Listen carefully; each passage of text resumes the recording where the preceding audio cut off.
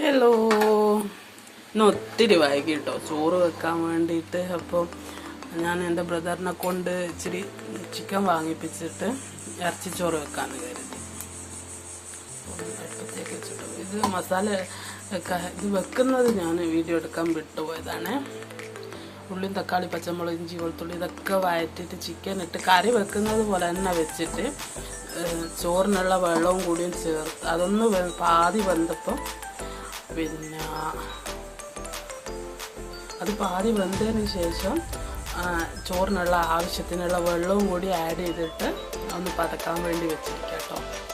അത് പതിച്ചതിന് ശേഷം ബാക്കി നമുക്ക് അരി ഇട്ട് കൊടുത്ത് വേവിച്ചെടുത്താൽ മതി. സിമ്പിളായിട്ട് വെക്കാം കേട്ടോ. നല്ല ടേസ്റ്റുള്ള ഒരു ഇറച്ചി ചോറാണ്.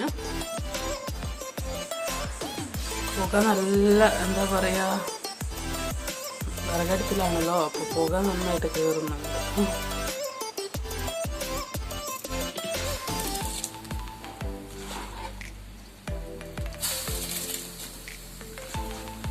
ഇതിലേക്ക് റൈസ് ഇട്ട് കൊടുക്കാം കേട്ടോ. ഇപ്പം ചെയ്യുന്ന റൈസ് മുഴുവനായിട്ട് ഇതിലിട്ടൊന്ന് മിക്സ് ചെയ്തതിന് ശേഷം ഇത് മൂടി വെച്ച് വേവിച്ചെടുക്കാം കേട്ടോ.